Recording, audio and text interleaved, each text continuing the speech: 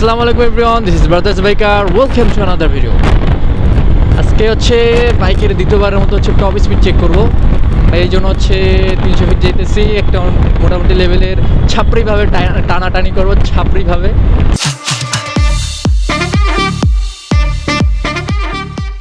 দ্বিতীয় master servicing একটা দিছিলাম, তো ওটার পরে হচ্ছে টপ স্পিডটা চেক দিব। এবার এখান থেকে শুরু করবো, একদম ফুলফিলভাবে দেখি কতটুক করা যায়, যতটুক হয় ট্রাই করব। Let's go.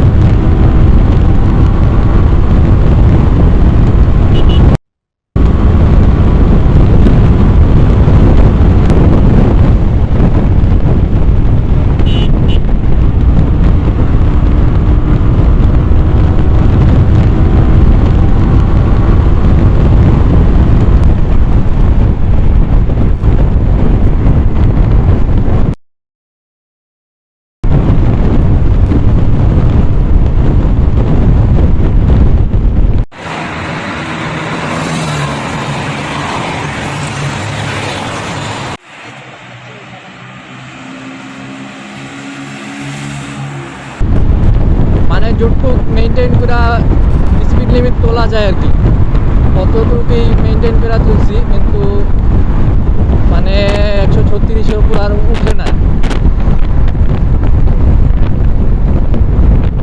কিন্তু টান যদি দেখেন, টান মারাত্মক, মানে খুব ছোটলের কোনো প্রয়োজন পড়ে না।